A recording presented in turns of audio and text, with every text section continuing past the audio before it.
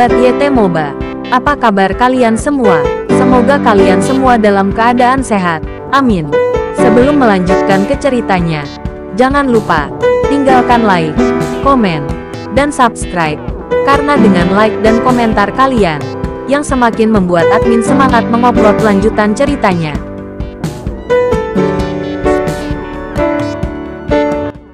Episode 566 sampai 567. Kisah Ariel, anak bos besar yang berpura-pura culun. Ketika Mila pergi ke toilet, dia melihat bahwa Melissa sudah mengenakan gaun dan masih merias wajahnya di depan cermin, yang membuatnya tertawa tanpa daya. Seperti kata pepatah, wanita adalah orang yang menyenangkan dirinya sendiri. Melissa melakukan ini jelas karena dia memiliki kesan yang baik tentang pria itu sekarang. Kalau tidak, bagaimana dia bisa pergi ke toilet untuk merias wajahnya? Kamu benar-benar sujud untuk sementara. Apa yang kamu lakukan sebelumnya? Mila berkata dengan senyum di wajahnya. Melissa sedang sibuk memperbaiki riasan. Dan ketika dia punya waktu untuk berbicara dengan ibunya, gerakan di tangannya terampil dan cepat. Dan dia takut Ariel sudah pergi. Tapi pemuda ini sangat bagus. Ada seorang wanita yang merayunya sekarang. Dia bahkan tidak melihatnya. Dia orang yang sopan, Mila berkata dengan kagum. Meskipun Prasetyo mengatakan bahwa wanita itu mungkin tidak memenuhi persyaratannya. Tapi dalam pandangan Mila, sorot matanya sama sekali tidak tertuju pada wanita itu. Ini bukan masalah permintaan, tapi dia sama sekali tidak menyukai wanita ini. Melissa tidak berbicara, tetapi dia tahu bahwa ibunya emang benar. Karena kesetiaan Ariel pada cinta dan Kauri bahkan tidak menggoyahkannya sama sekali. Bagaimana wanita cantik itu bisa melakukannya? Kamu harus memanfaatkan kesempatan ini. Ibu dan ayahmu bermimpi ingin menggendong cucu. Saya memiliki kesempatan ini ketika kamu menikah. Mila juga menghibur dirinya sendiri terlepas dari apakah Melissa menanggapinya atau tidak. Bahasa. Akhirnya, Melissa merias wajahnya, menoleh dan berkata kepada ibunya, "Bu, menurutmu ini akan berhasil?" Dengan sentuhan riasan, Melissa tidak membutuhkan banyak modifikasi untuk menjadi cantik alami. Inilah keunggulan penampilannya. Banyak wanita perlu mengandalkan riasan untuk mencerminkan kecantikan mereka, tetapi Melissa tidak membutuhkannya. Dia baru saja melepas kacamatanya. Bisa lebih cantik dari kebanyakan wanita. Dengan riasan, tidak ada yang bisa dibandingkan. Putriku, bisakah ada masalah? Jangan khawatir, indah sekali. Tidak ada yang bisa dibandingkan denganmu, kata Mila. Melissa masih merasa tidak nyaman. Bagaimanapun, itu adalah pertemuan yang sudah lama hilang. Dia berharap Ariel bisa melihat dirinya yang sempurna. Melissa berhenti setelah selesai di cermin lagi. Mila tidak dapat menahan diri untuk tidak berkata, "Kamu harus percaya diri. Bahkan jika Anda tidak memakai riasan, saya yakin pria itu akan terpesona olehmu." Melissa menghela nafas dalam hati. Akan lebih bagus jika ini masalahnya. Tetapi sayang sekali dia telah melakukan upaya yang tak terhitung jumlahnya ketika dia berada di Indonesia. Tetapi tidak ada yang bisa mengguncang Ariel. Untuk pria lain, Melissa bisa membuat mereka jatuh di bawah rok delima dengan mengedipkan mata. Tapi beda dengan Ariel. Seperti puncak surgawi di depan Melissa, sama sekali tidak mudah dilampaui. Ketika dia tiba di tempat pelelangan, juru lelang sudah mulai mengemasi semua kafling dan bersiap untuk mengirimnya ke rumah Ariel. Saat ini, Ariel sudah mengambil sikap. "Ayah, di mana orang itu?" Melissa tidak melihat sosok Ariel, dan berlari ke Prasetyo dengan cemas dan panik dan bertanya. "Hei," Prasetyo menghela nafas dan berkata, "Pergi. Aku sudah mengingatkan kamu untuk berpakaian rapi sebelumnya. Tapi kamu tidak mendengarku. Sekarang kamu tahu kamu menyesal." Petik 2. Melihat Melissa setelah berganti pakaian dan merias wajah, Prasetyo tahu apa yang dia lakukan tanpa bertanya. Tetapi sayang sekali sudah terlambat untuk memperbaikinya. Melissa tiba-tiba merasa hampa di dalam hatinya, menatap kosong ke tempat Ariel duduk tadi. Namun, tidak perlu khawatir tidak melihatnya. Saya sudah bertanya dengan perusahaan lelang sekarang dan tahu di mana dia tinggal. Prasetyo berkata dengan sombong. Melissa memandang Prasetyo dengan semangat, dan bertanya, "Ayah, di mana dia tinggal?" Kamu seorang perempuan, dan kamu harus lebih pendiam. Jangan pergi menemuinya terlebih dulu dan jangan terburu-buru," kata Prasetyo. Melisa sangat gelisah. Hanya dia sendiri yang tahu. Dia tidak sabar untuk mengikat Ariel ke tempat tidur malam ini. Bagaimanapun, sulit untuk melihat Ariel. Dia tidak ingin melewatkan kesempatan ini. Dan dia masih memiliki banyak pertanyaan untuk ditanyakan kepada Ariel. Seperti tentang putrinya Ariel. Misalnya, kenapa dia tidak kembali ke Indonesia? "Ayah, cepat beritahu aku," kata Melisa. Mila tidak bisa berdiri di samping lagi. Dan berkata, "Cepat katakan, apakah kamu tidak melihat putrimu terburu-buru?" Awalnya, Prasetyo berencana menggoda Melisa. Tetapi Mila berbicara. Dia tidak berani membual lagi. Jadi dia hanya bisa memberitahu Melisa alamatnya dengan jujur. "Saya menemukan bahwa dia adalah sosok besar dalam legenda. Oleh karena itu, dalam waktu singkat, dia tidak boleh meninggalkan Amerika. Kamu dapat memanfaatkan peluang itu," kata Prasetyo. Melisa memiliki dorongan hati di dalam hatinya dan segera pergi untuk bertemu dengan Ariel. Tetapi dia juga memiliki beberapa ketakutan di dalam hatinya. Takut bahwa pertemuan ini juga akan ditolak dengan kejam oleh Ariel. Jadi setelah mengetahui alamat Ariel, dia tidak terlalu bersemangat. "Mari kita pulang," kata Melisa. Prasetyo dan Mila sedikit bingung tentang perubahan sikap Melisa yang tiba-tiba berubah.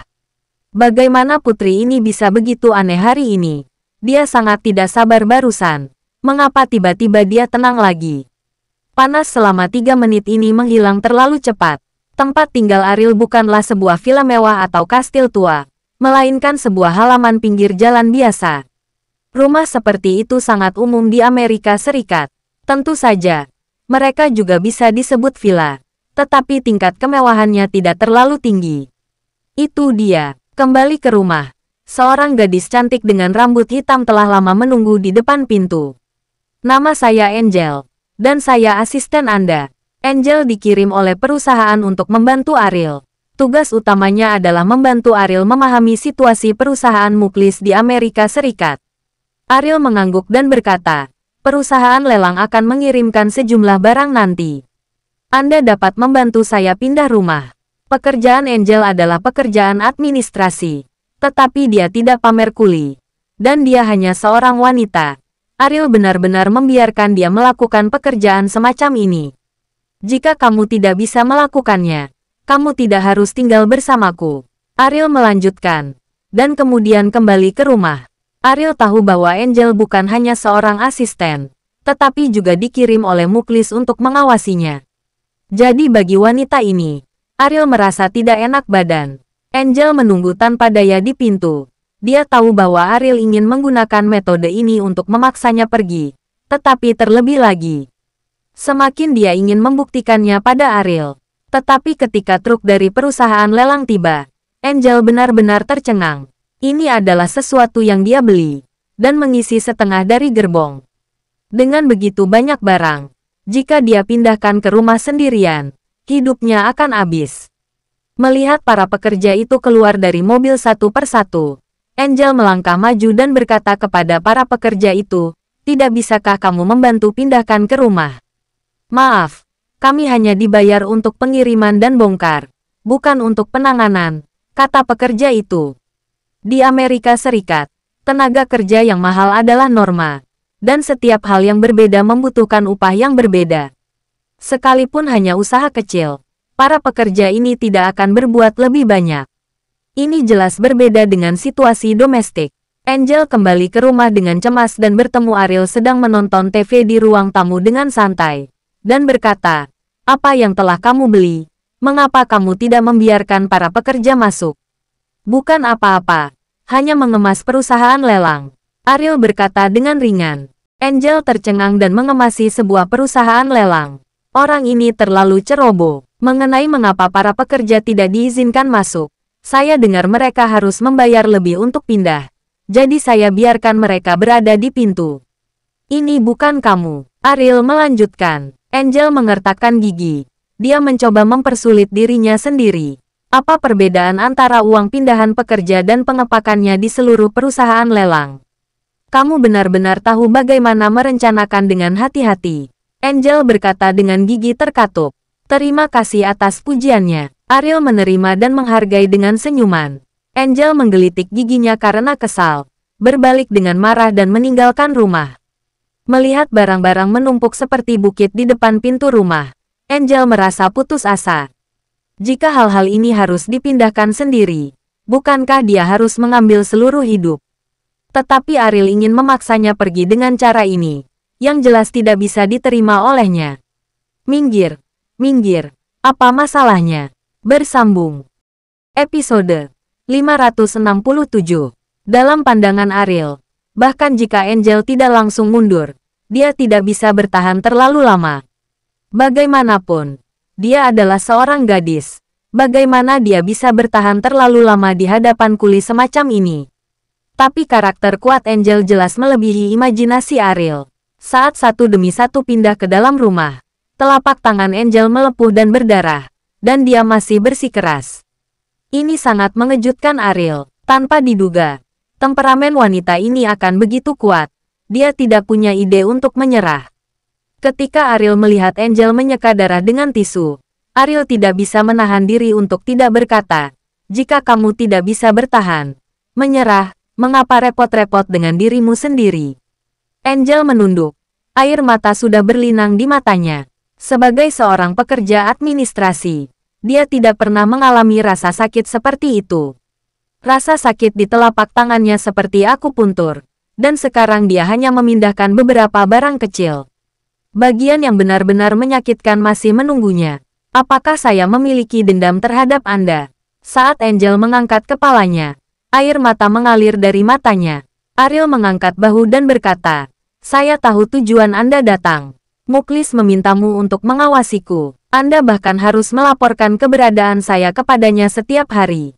Apakah Anda pikir saya perlu menahan Anda? Di samping, jika saya tidak mendengarkan dia, saya tidak akan bisa mempertahankan pekerjaan saya.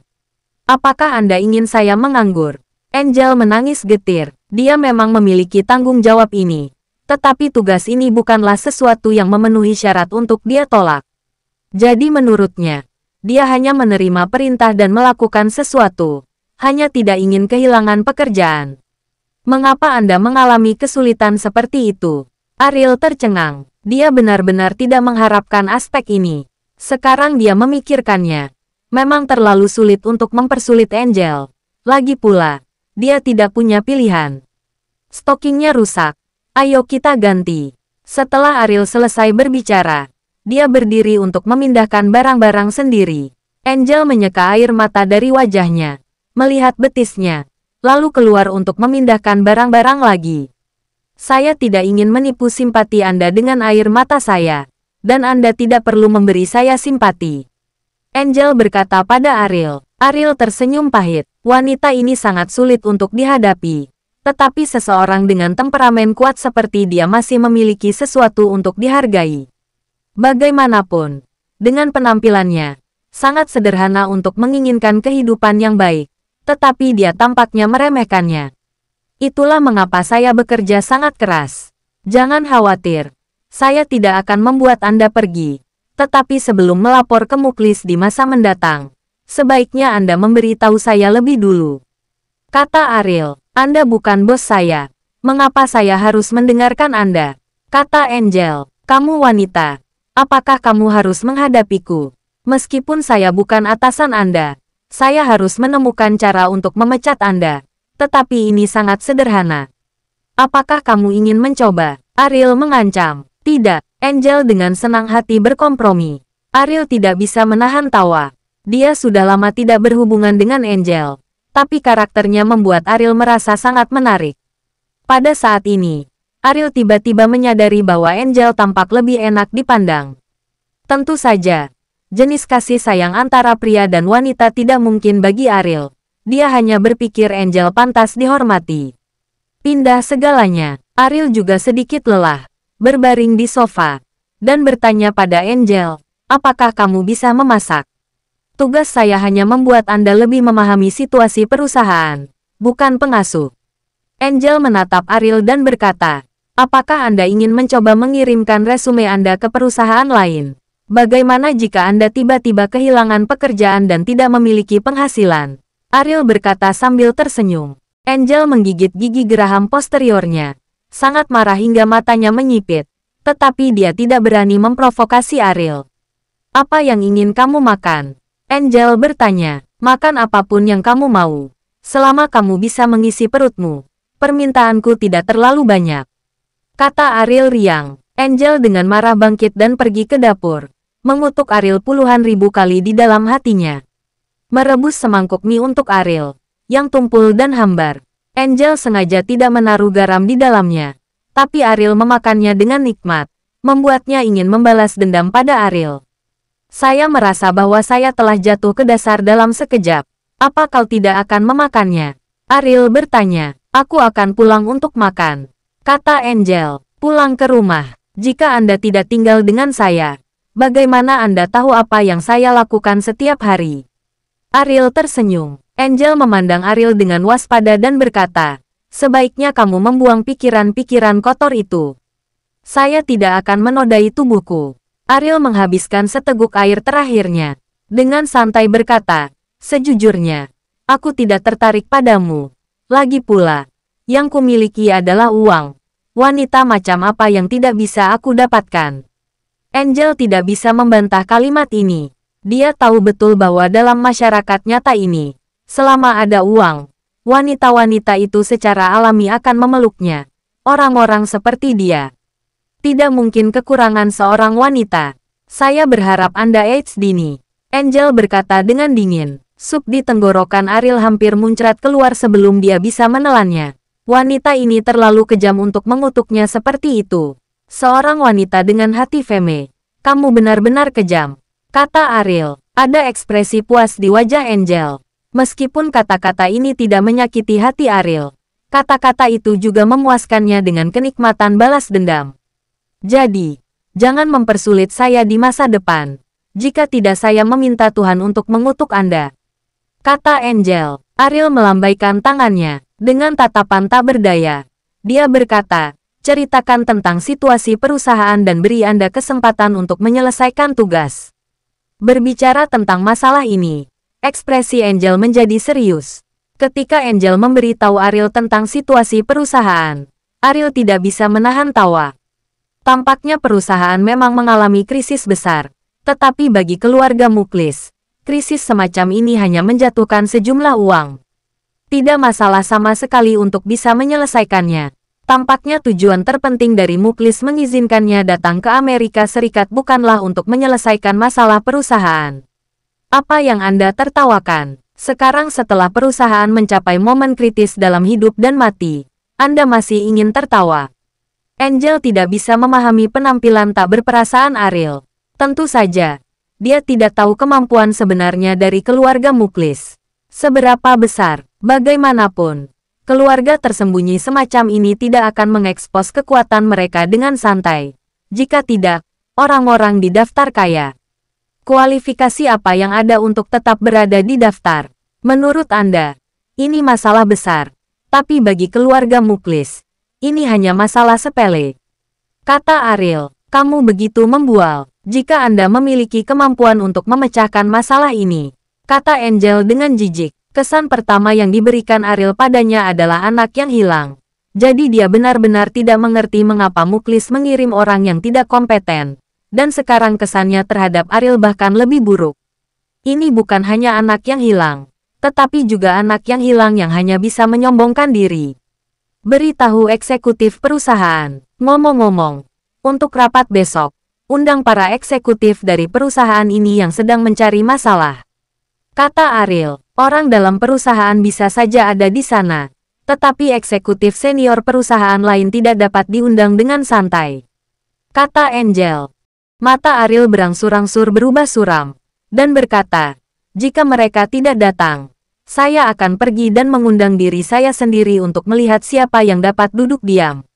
Angel tidak bisa menahan diri untuk tidak memutar matanya.